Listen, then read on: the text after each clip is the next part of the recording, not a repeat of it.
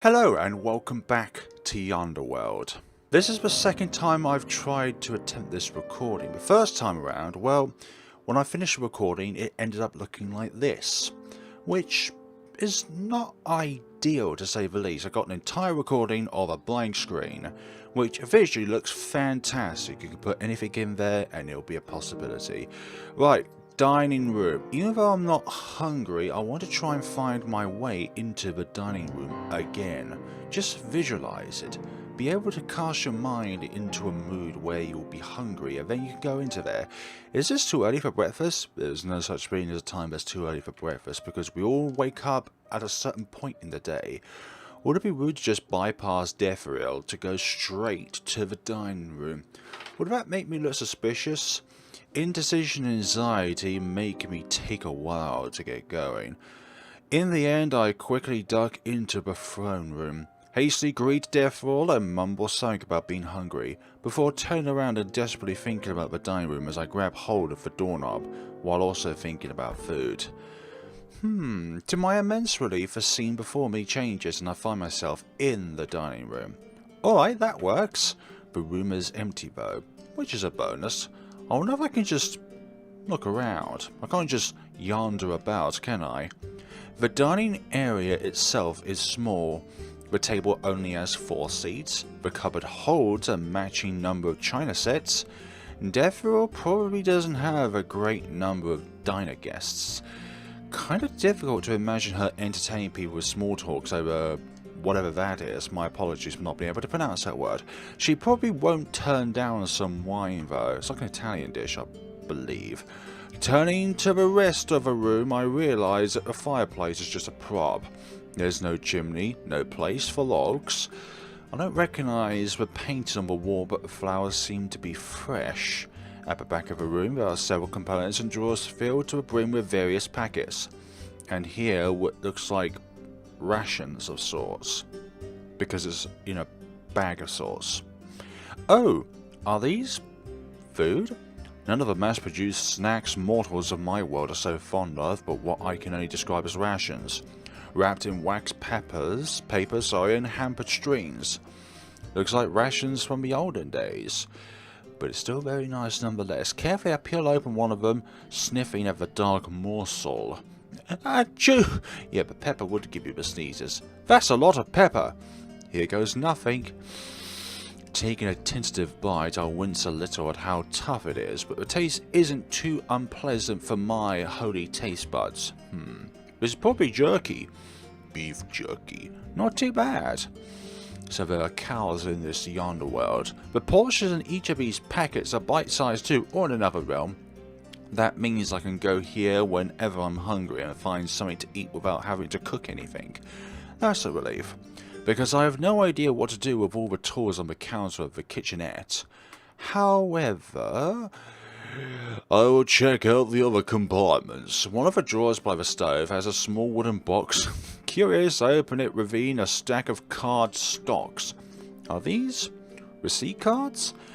Honey soy gaze chicken wings. Okay, so a quarter cup of honey, quarter cup of sesame oil, 2 tablespoons of fresh lime juice, a quarter cup of soy sauce, 1 teaspoon of minced garlic, a quarter teaspoon of red pepper flakes, a pinch of salt. What exactly is a pinch of salt? 20 chicken wings, obviously, half a tablespoon of sesame seeds, and the instructions to make said honey soy gazed chicken wings. I just realised we have wings ourselves. My wings twitch. I don't know what that tastes like, but I hate it. It's sort of half cannibalistic. Not too sure. Decidedly, I'll put the card back and shut the box closed. But then again, you eat pork ribs, so you wouldn't associate that with human ribs. Well, if I ever want to try my hands at cooking, I know where to find instructions. Just don't give me chicken wings, or any kind of wings for that matter. There doesn't seem to be anything else noteworthy here except for the chicken wings. I wonder how to pronounce each of the characters' names correctly in this game. Somebody ought to know. At least I know how to get to the different rooms now. The question is how to get to the other rooms of Yonder. I imagine that would involve getting Dethiral's permission. Yet another hill to climb, but not impossible. Day 7. Lovely. It's been a whole week since I arrived at the Yonder. I found out certain details, met certain people, and yet I still feel wholly unprepared standing before Dethiral. I don't think you'll be able to be truly prepared before standing before Dethiral. She's a bit of an enigma. There's definitely something I want to ask though, and I don't think it would be overstepping my boundaries considering, well, I am supposed to be a reporter, right? Then would it be okay if I ask you to, speak more about the Yonder? About the Yonder? Yes. I suppose it is rather difficult to grasp. It is, yes. Very well. The Yonder is a realm, and yet it is not. It exists between realms, a sort of gateway from one realm to another realm.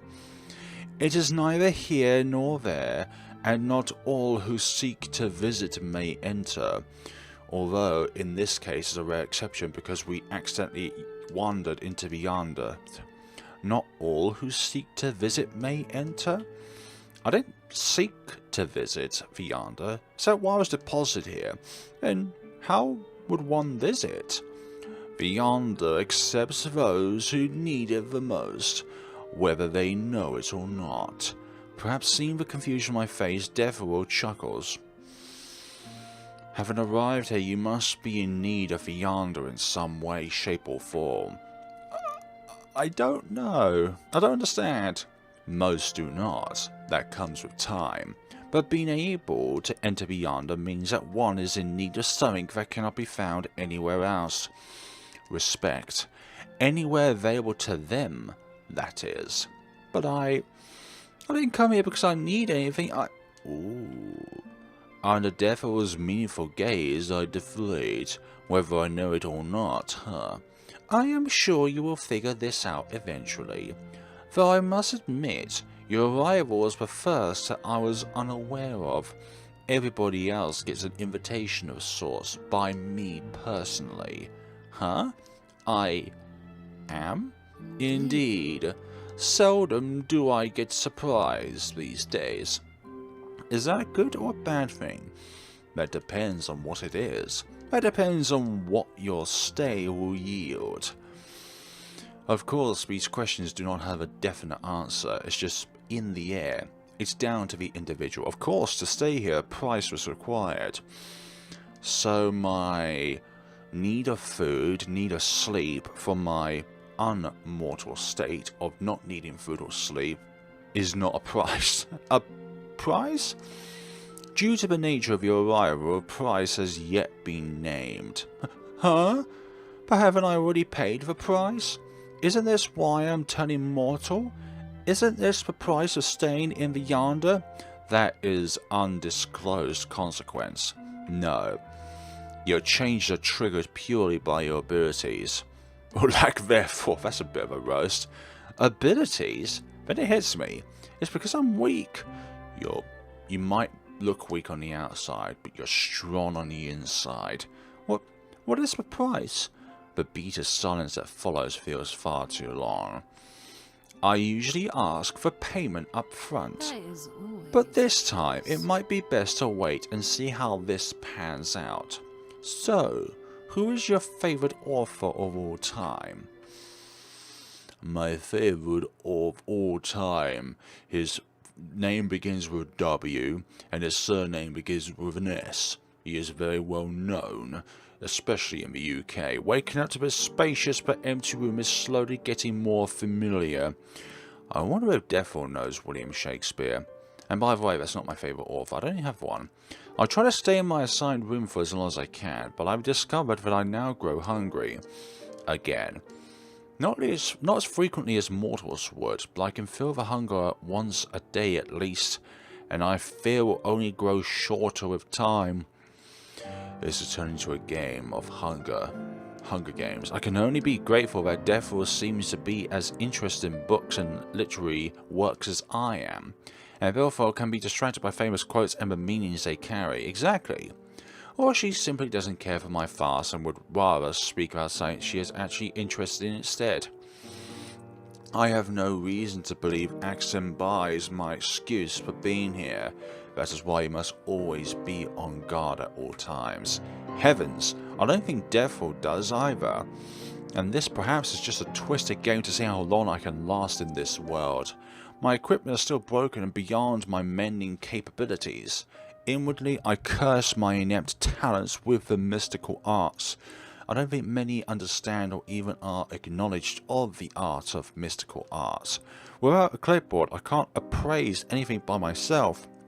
My power revolves around languages, which right now is just about as useful as the non-working clock on the wall here. Maybe it's just, like, part of the painting of the wall itself.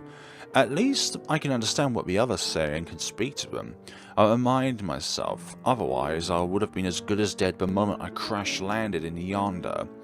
Giving the door a baleful stare, I stand reluctantly, time to begin my day. And our day begins in the dining room. Deciding I might as well eat before I would embarrassingly pass out before Dethiral again, I quickly greet her before excusing myself to the dining room. Axon is there, both to my relief and uneasiness. Her eyebrows draw minutely upon my arrival, and I shrink a little under her sharp emerald gaze. Do not shrink, you can only grow. Puff your chest up and ensure that you are not to be toyed with, no matter how powerful she thinks herself as a wandering queen. Hi. Hungry again? So you notice the disappearance of one of your jerkies? A little, yes. She hums non-committedly, and I carefully take a seat at the table. Axon gives me one last look, before turning back to cooking whatever she's been making. It's a bit strange, the dynamic between us. Axon clearly doesn't like me, and yet she isn't opposed to feeding me. I wonder why that is. The Wandering Queen, as she has proclaimed herself in our first encounter, is not under any obligation to feed me, but yet she is, in some way, shape or form. I don't think Dethiral would have gone out of her way to request Axon to do that. The dining room, just like the room assigned to me, replenishes itself of consumables. There's always something to munch on in one of the cupboards. So does somebody come in here to replace the food, or does the food just magically spawn there? They're definitely not terrible, far from it. But I find myself more inclined towards warm food, which subsequently gives me a mixed bag of feelings towards being in Axon's presence. Even with my limited experience regarding food, I can tell what she prepares comes from different cultures, perhaps different worlds altogether. Oh, I like the look of the right plate. I love seafood. The food she has prepared today are richly coloured, made vibrant with garnishes. The fragrance is very savoury. Don't know where I got that very from. But there's a hint of underlying sweetness that makes my mouth droll. Thank you. Axon only hums in response, and fills her plate with a portion of each dish. I quickly copy her, eager to taste the new delicacies, ones that are unknown to my palate. This is delicious as well. As well, you say. You say that about everything, because back in my room I'm never fed. I'm not lying. Nobody said you are. With that cheeky smile accent. I turn my attention back to the food. Why are you feeding me? Why are you doing this? Why are you giving me food? I know you don't like me, so why? Despite keeping my head lowered, I can feel her gaze upon me. I resist the urge to squirm, and have resigned to another silent meal when Axon speaks. In my culture, it is rude to make someone what you eat without offering them some. I will not go against our values just because of my distrust towards you. I think that audio file has these two sentences put together. Oh, thank you. You're welcome. For a while there is only the clinking of utensils between us. The silence isn't entirely unwelcome, as silence is what I'm used to with my daily routines back home. By receiving the job that I did, it's only reasonable to expect more silence. But at least I would have been working in a position that I dreamed of since I was young. Was it always something that you dreamed of? Wouldn't I? My fingers clenched around the fork, thinking about how easily I was dismissed, how quickly I was discarded to a forgotten basement. Is anyone even looking for me? Am I that undesirable? Stop it, chicken wings. Unwanted. Stop it. It's not true. Even by my... Why are you here? But what? I don't buy whatever you spilled to Dethiral. Why were you sent here? I wasn't. You wasn't what? Spooling. I take a moment to center myself, my wings shaking at a sudden confrontation. Don't shake. Be bolstered. I've told Dethiral, and she doesn't have a problem with it. But it's not about Dethiral. That's not what I asked. Aha. Now, let's not spark more flames. I swallow dryly as my mind races. It is what it is. My task is very simple. I work for the Archangel of Mysteries, you know?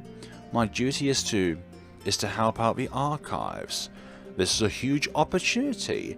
Since I'm young and recently included in the new batch of scribes, to travel into the unknown is quite the experience. And I'm sure the Yonder is full of unknowns. It's not something I can say no to. The opportunity to learn is vast. You sure have a mouth on you. Hey, you wanted me to talk, now I'm talking and now you don't like it. I only said what I wanted to say. What else do you want from me? Your life. Axon's eyebrows are drawn together so tightly they might as well merge. Cross. Though, before she could continue or do anything, the door opens. Ah, hi there. You sure are handsome. And nice abs as well. Oh, what do we have here? I freeze in my seat. It cannot be. Damon! Cassius, your grace.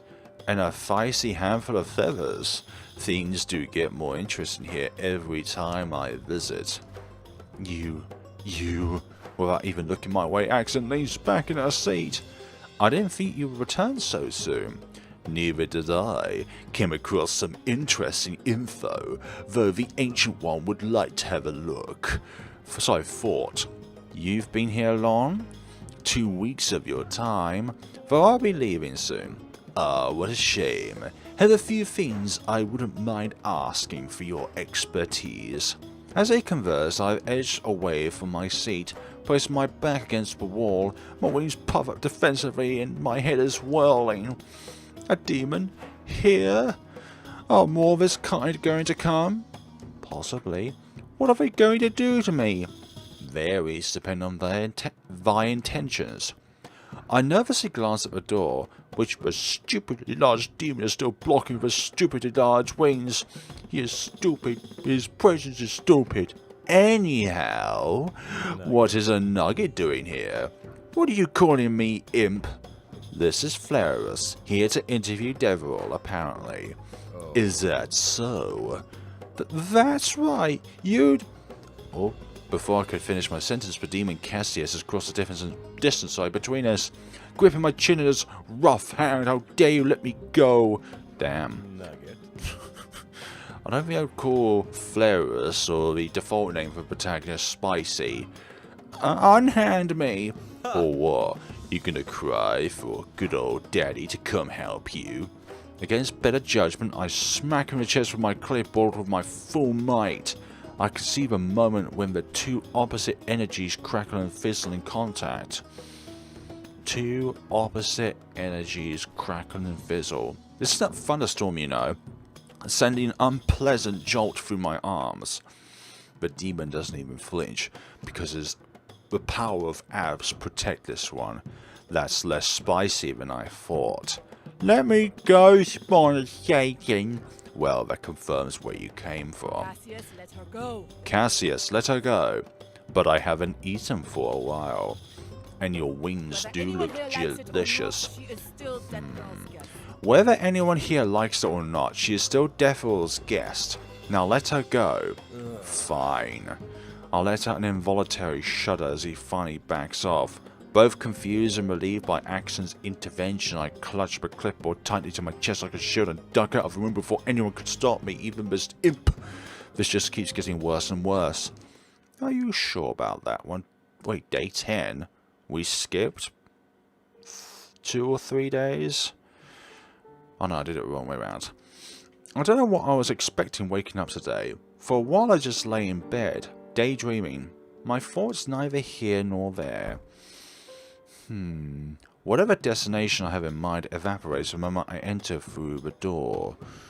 What's going on here? Something will not interfere. That is against our agreement. As far as I'm concerned, there is no deal and I agree to nothing. Hey. You have no authority. You overstep your bounds, Cassius. You do not own this realm, and you have no authority over what I do. What is even going on? Dumbstruck, I can only stare as Axon and Cassius's voices grow louder and louder, whilst Dethiral seems to be watching on in amusement.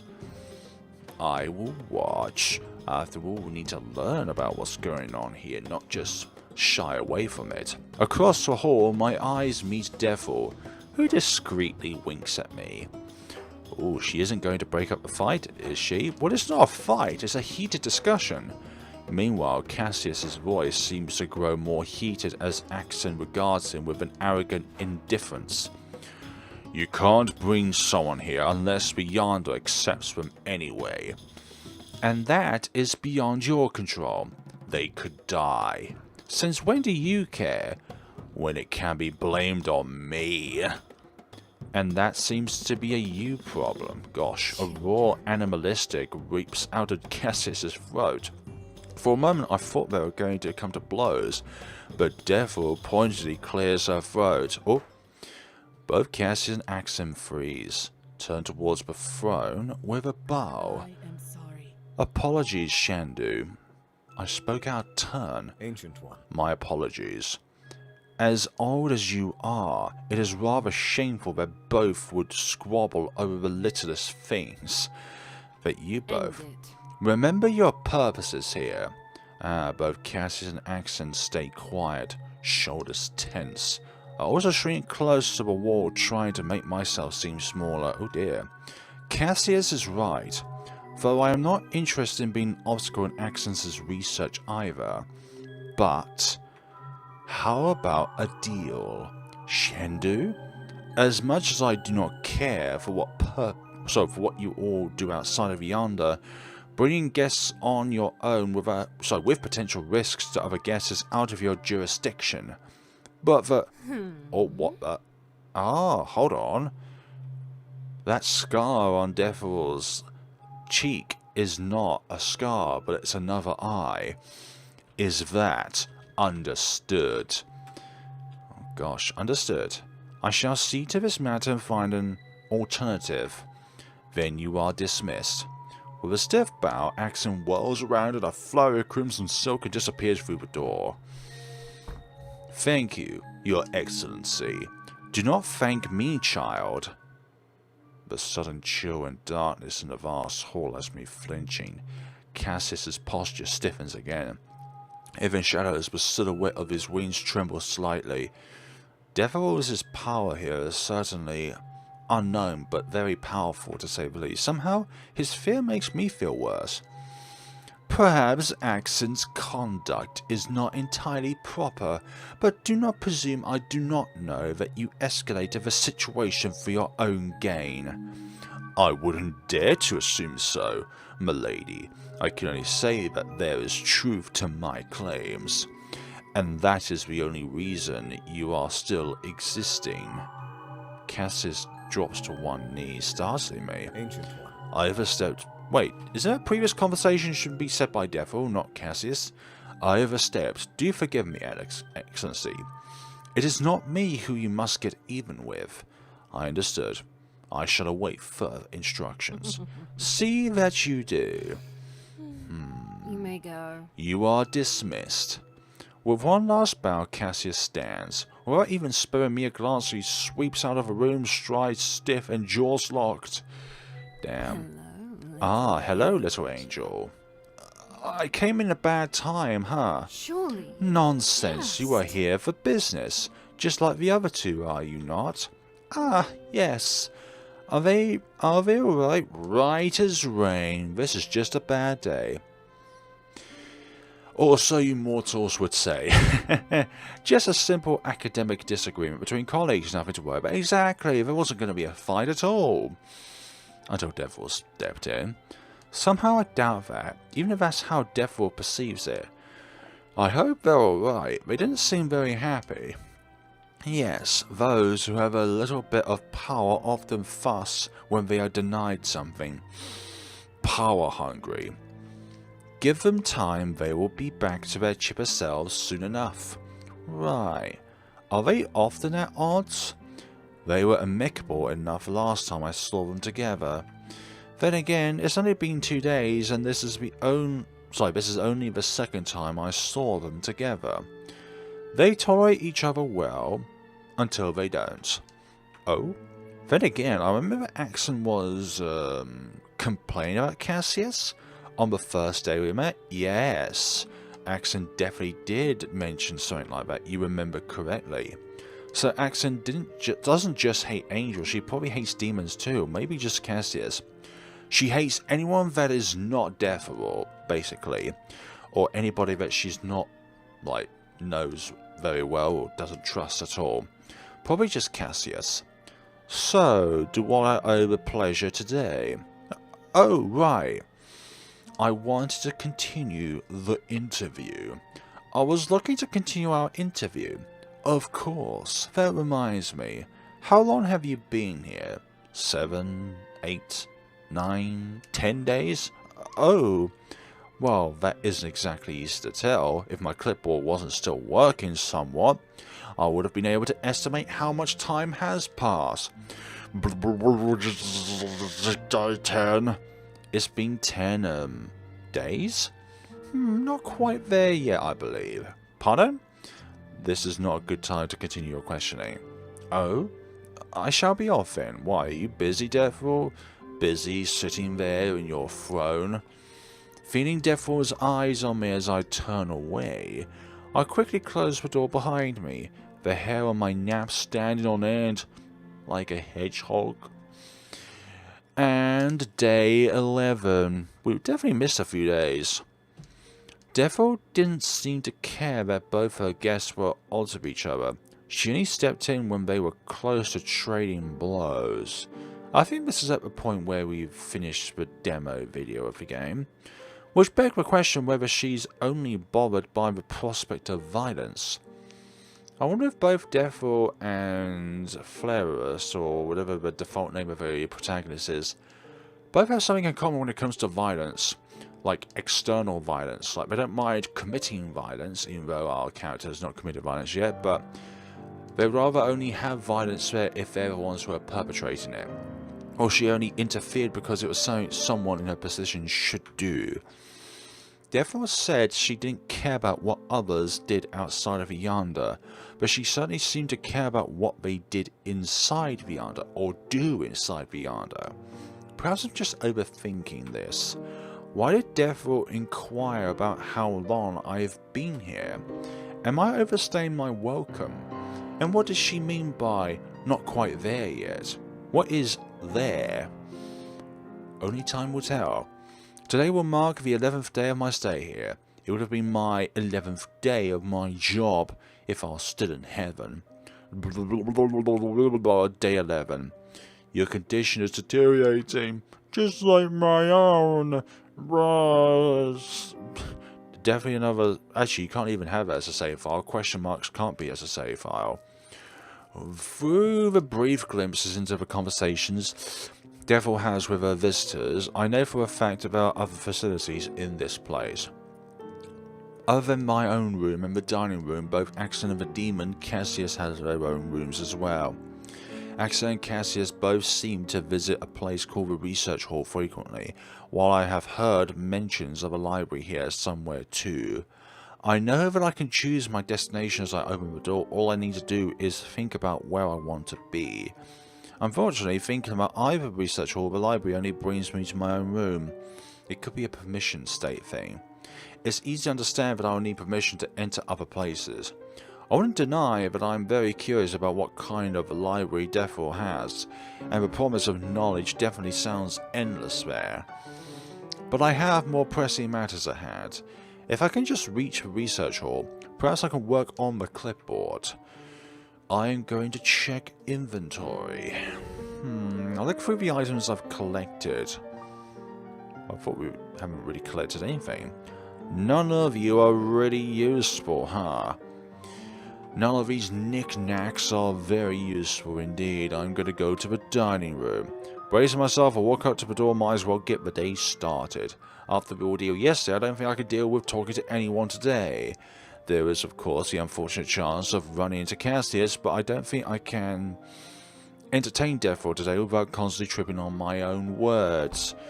Be more proper and confident. As I step into the throne room, a soft humming freezes me at the spot.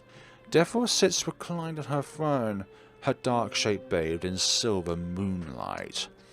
The rhythm is a strange one to me, something unlike any music I've ever heard before. We'll listen, we'll be a curious bee. Mesmerized, I stand at the spot, listening to the unfamiliar yet beautiful tune. The leisured, fluidic notes remind me of a flowing waltz, but there's an edge to it. Something sharp, something cold, something lonely. Unbidden, my mind wanders with the music. Somehow, the image of a ruined castle, with the desolated shadow of its monarch wandering empty halls, enters my mind. A shadow, forever searching, forever mourning. I blink, shaking my head. The image disappears like dawn mist. I wonder where that place was, leaving behind the last swelling notes of Dethiral's song. Strange. I know I have quite the active imagination, but I never had something that vivid before. It's probably the influence of the Yonder. Hello, young angel. I trust you had a good rest?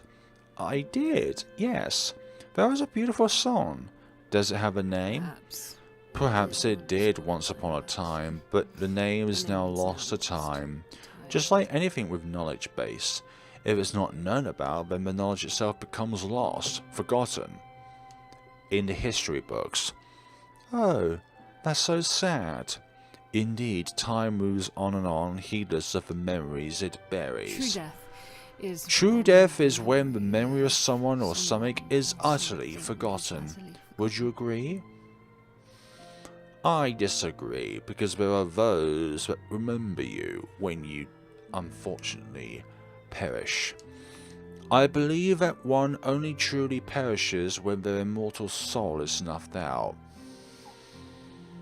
And what do you mean by that? The word soul has more complexity than just saying it out loud. Once the soul is gone, that is when one truly loses himself. I see. Then what are those without souls? Without? I don't know. The subject of death is, of course, always depressing. It makes me think of my current predicament. Terrible, is it not? Death, a fate beholden to all, or at least most. I suppose when you reach a certain height of power, the rules would be different. Perhaps so. Do you desire such powers, young angel?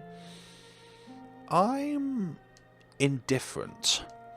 I'm not too sure about that one, because it's quite a complex answer.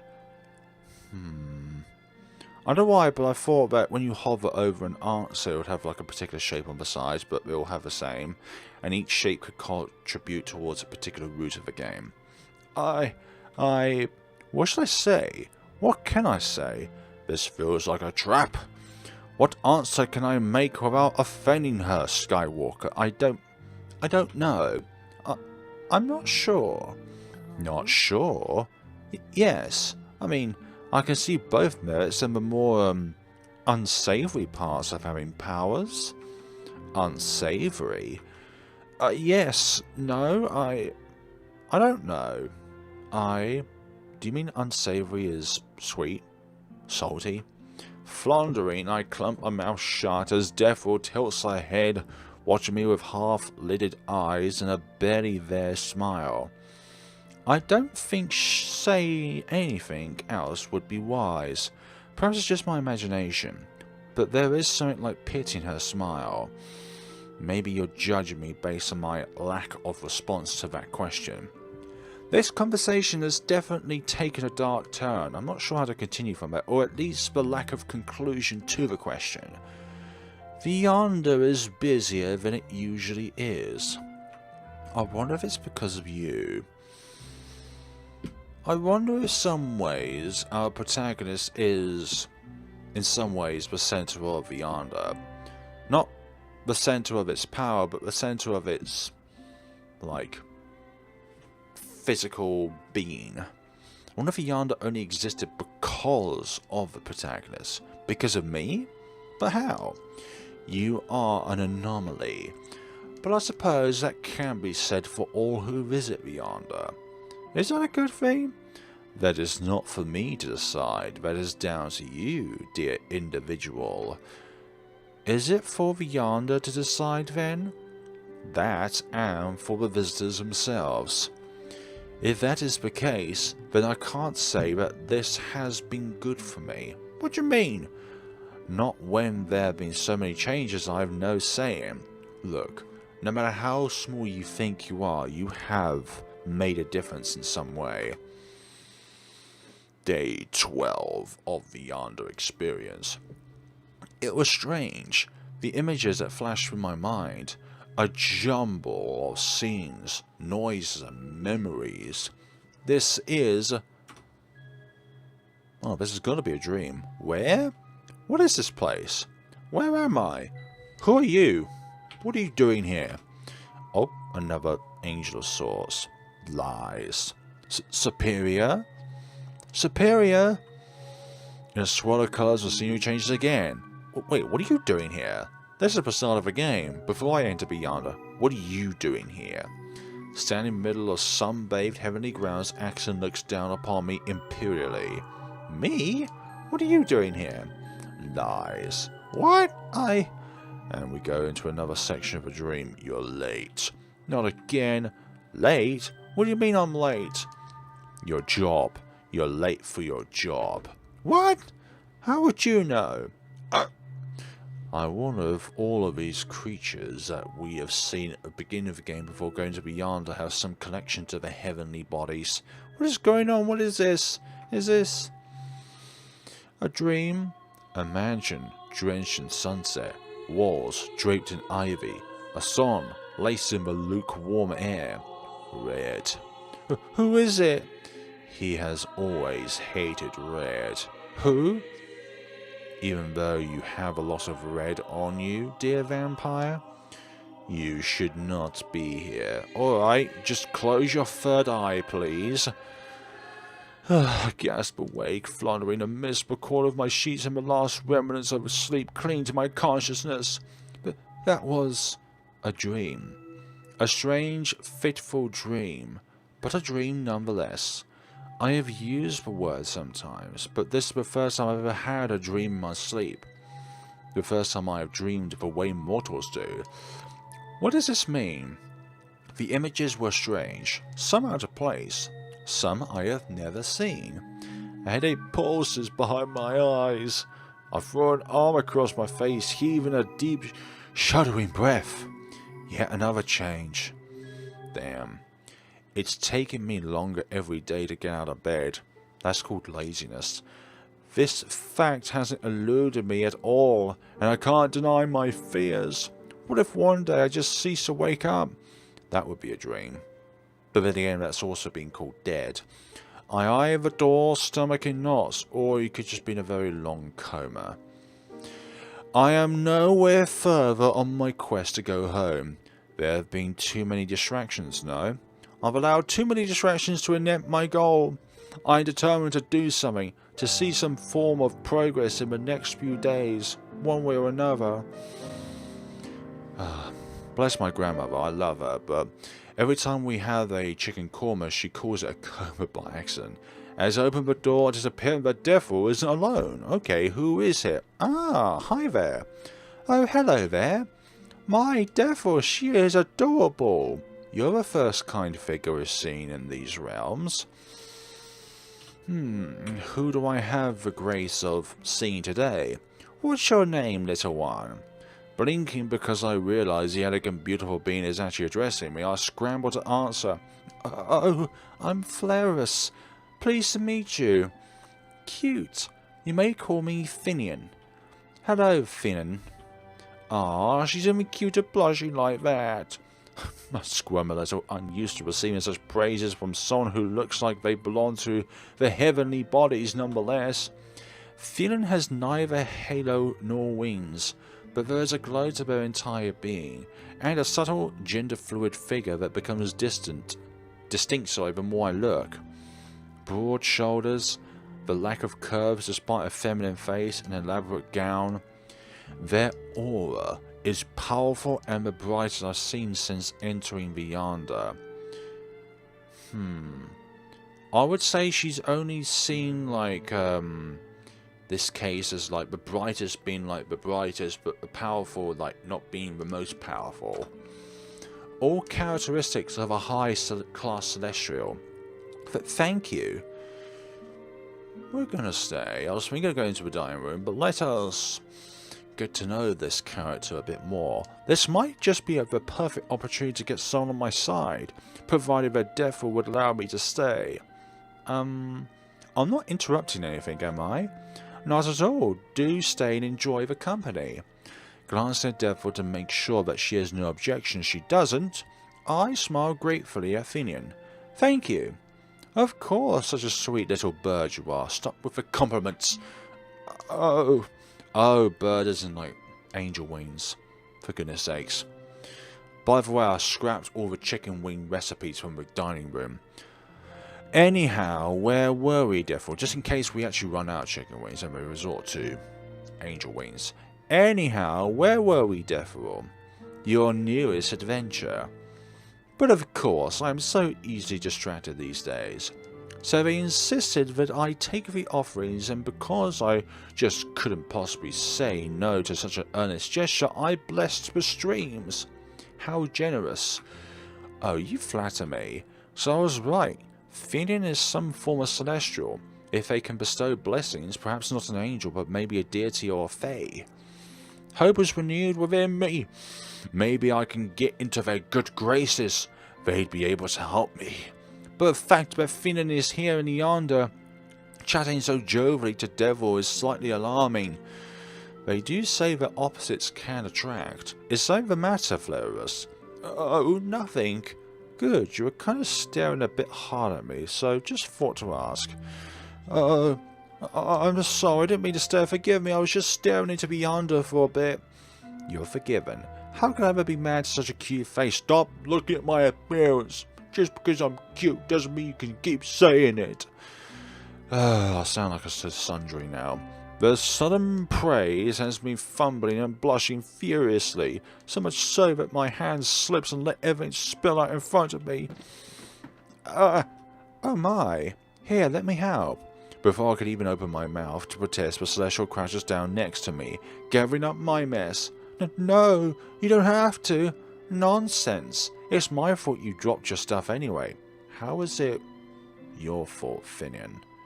Our hands let go of our properties. Besides, it wouldn't do to leave a mess before Dethiral, would it?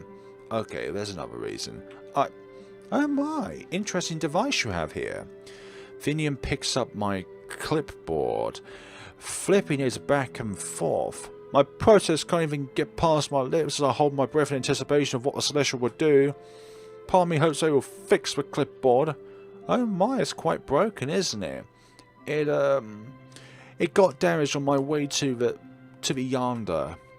Huh, what a shame. Why not just throw it away? It's so broken it's barely functioning, but where I came from in the heavens it was a functional thing. I can't. This comes with my job. I can't just throw it away. But it isn't working, is it? Things that are broken and faulty shouldn't be kept. Hey, they carry memories regardless of their state. Like, you wouldn't throw away an old teddy bear just because it's fluffed out and torn apart. No, because that bear stores memories to you. They have no use either way. I suppose you're right. Finian, are you not here for something else? Finian tears their gaze from me and aims an immaculate smile at Dethiral. Ah, of course, I did not mean to waste your time. I am here to pay my due for the Hall of Memory. So it backfired. For a briefest... okay, so something must have happened here.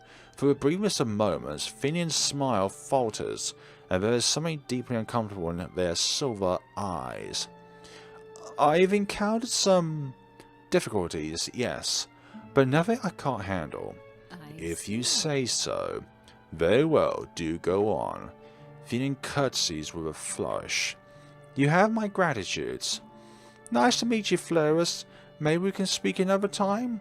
It would be my honor. Oh, yes. See you. I watch as Finian sweeps out of the hall, still a bit dazed and confused by the whole encounter. Ask about the person or ask about the location? Hall of Memory.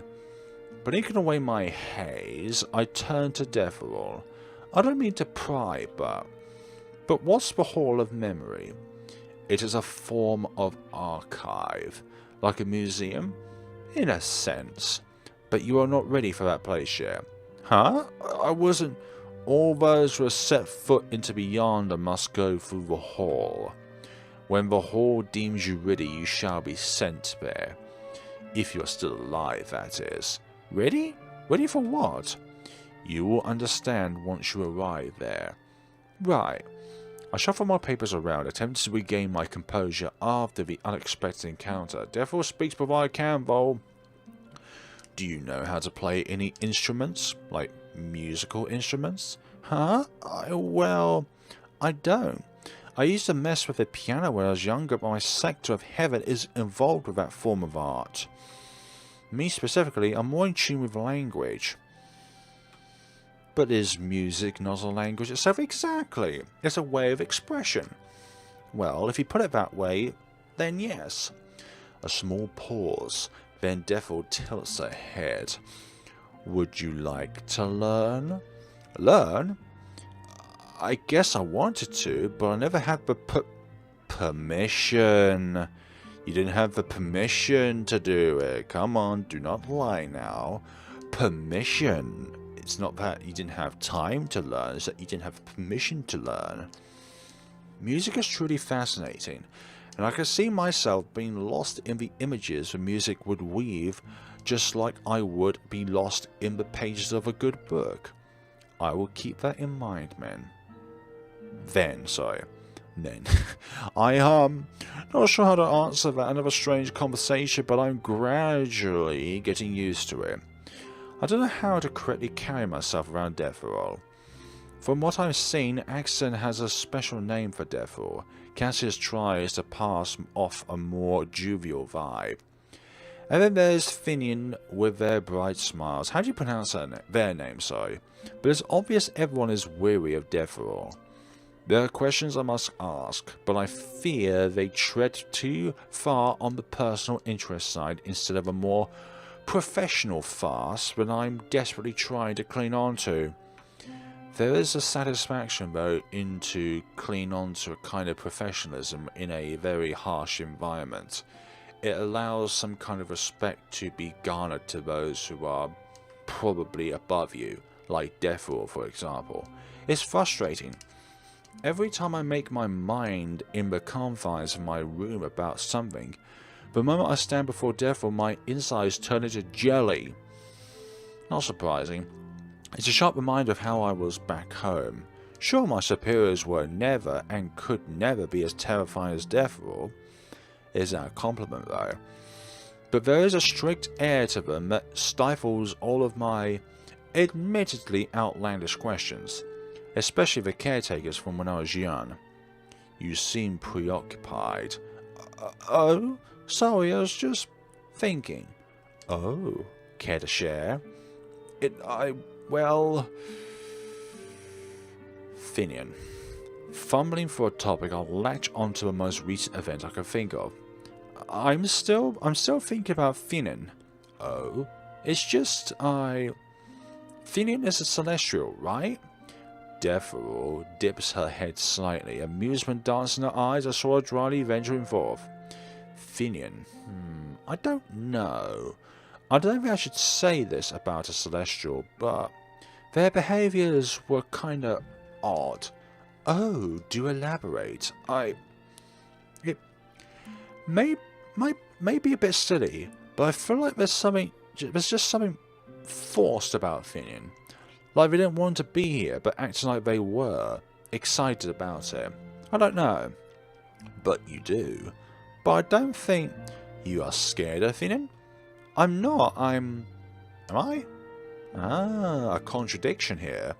No answer comes from Dethiral, but I don't expect to have one. This is something I have to decide for myself exactly. You are rather distracted today. My apologies. No need. Take the rest of the day off. Perhaps we may continue your interview another time. Right, thank you. With a bow I retreat from the throne room, feeling a bit hollow inside. Another day without results. There will always be... We skipped another day. I suppose we're not going to encounter every single day within a Yonder, because some days might be a bit mundane and uneventful. I dream again. Well, this is a lovely icy cave. So cold. Where? Why? Who's there? You can't take her back, Who are you referring to? What? Who are you? The scenery changed again. Somehow I can still feel the chills of my skin, even more so than within the icy caverns. Scale? The Dethiral? Dethiral? Where? All of these dreams are somehow connected to Yonder. The ground beneath me falls away. I scream. My wings flap frantically and uselessly as I feel the wind rushes past my face, blowing away unbidden tears. I brace my arms before myself, terrified of the impact despite knowing that this is a dream. It must be. It has to be. Right? This surely has to be a dream of thoughts. Pain never comes. I land on my feet, staring up at a startled Axen. You. Axen? Traitor. What? What did I... And her metallic hand strikes across my cheek. Didn't have time to react, sending me trembling into the ground. The hit stings, and I could taste something copper in my tongue. Ooh, blood? But I'm dreaming. Despite my cries, Axen moves forward, ready to strike me again. Axen, please listen. And the scenery changes again before her hand makes contact. And you. This is a different place, though. But standing before me now is instead Finian, wearing a smile far too wide for me to find any comfort in. It's like an eerie smile, a yandere-like smile.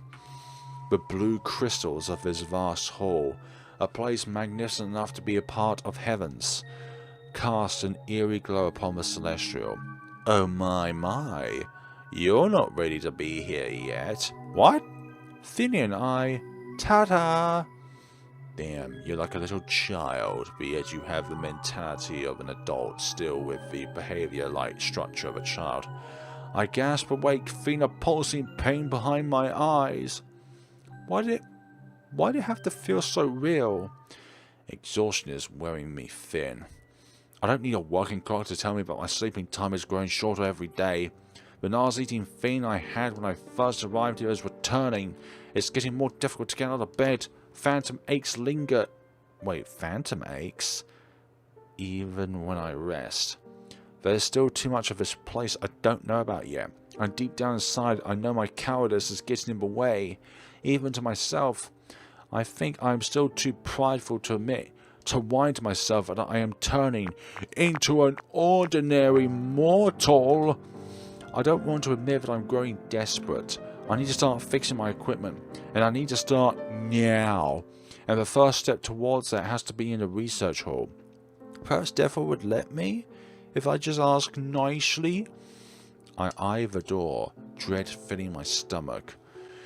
But I want to go to the dining room first. I'm not hungry right now. I need to speak to Dethiral first before anything.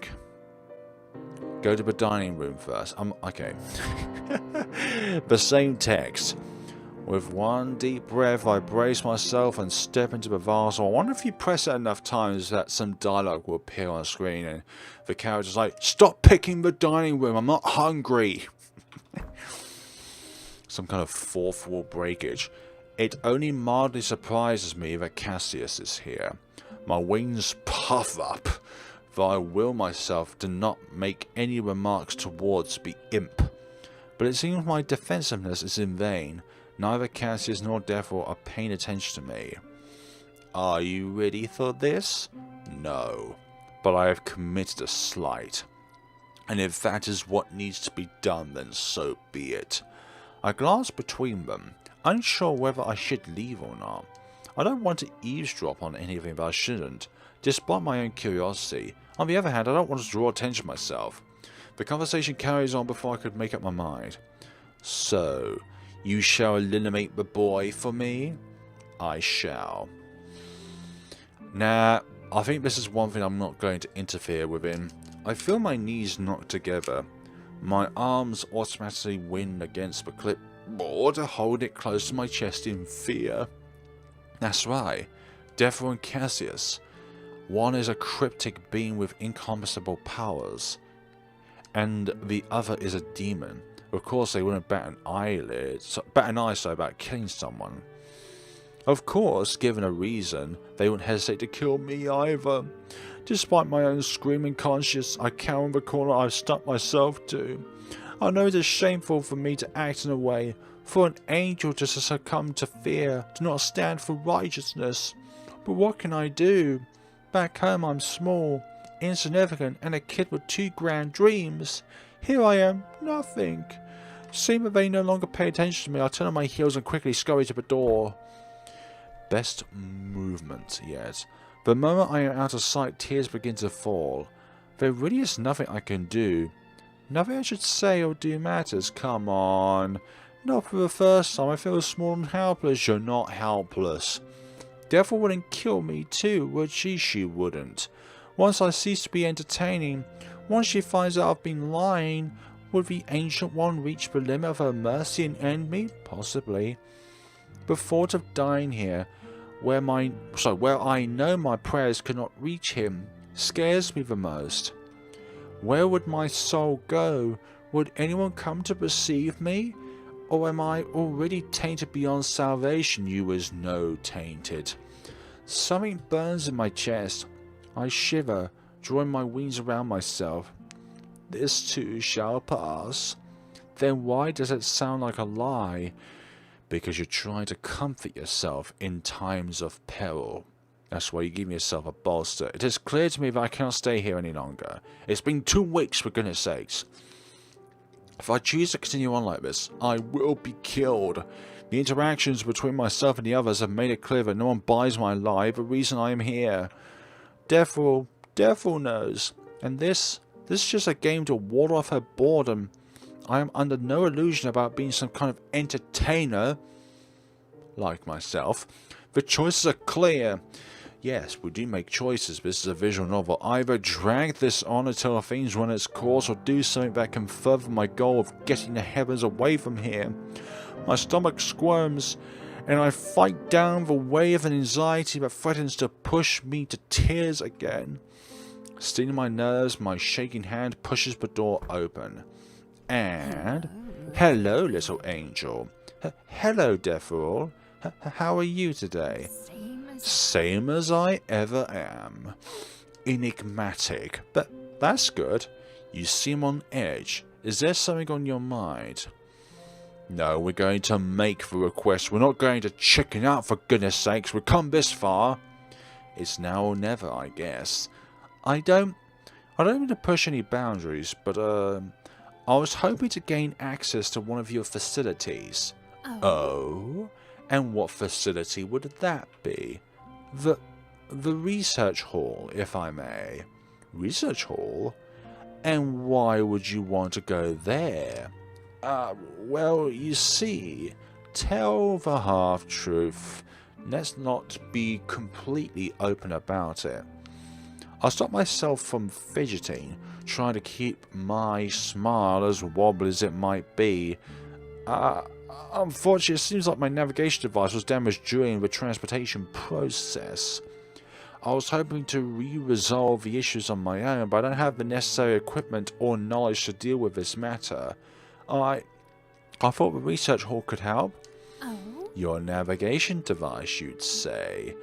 Yes. Is it detrimental to your tasks here?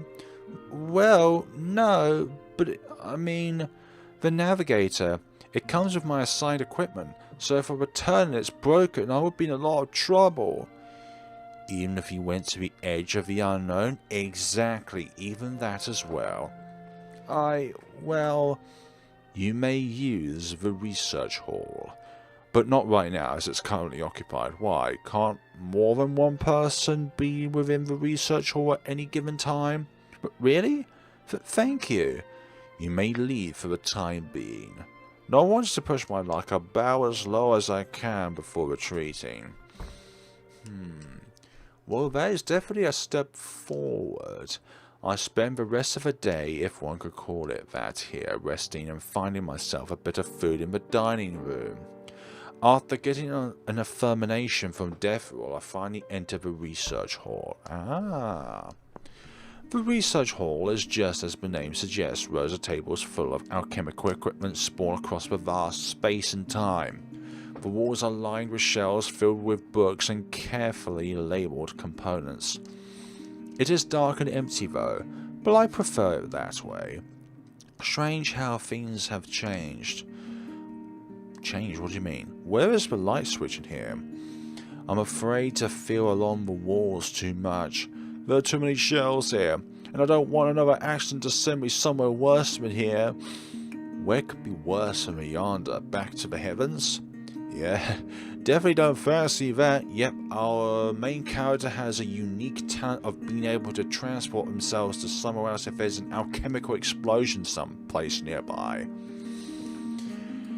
Go further inside. With how stacked the walls are, if the light switch isn't right by the door, then it can only be hanging off the actual chandeliers.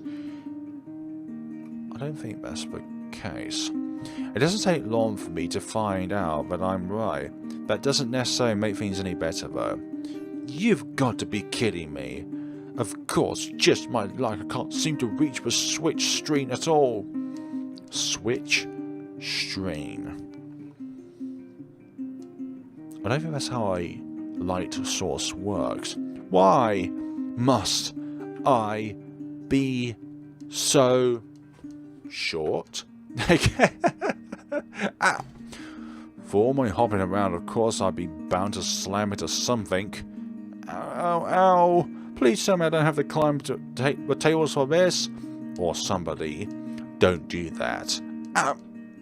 Suddenly light floods the hall. Just as suddenly there stands another person behind me, and they look familiar, like if they were in a dream at some point in time. Also, when I click H, sometimes our character doesn't disappear on the left side. Just a food for thought. You're loud.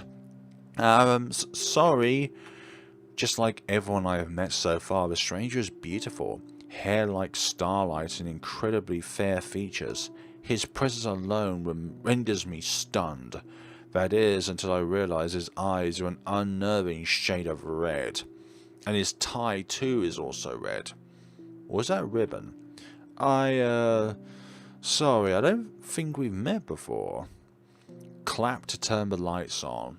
Alright, so like that, 2 claps. There are ladders in the cupboards by the door. What, you say I'm short? I can't reach the top shelf? I don't even know I have wings for that kind of thing. Oh, alright. Thanks.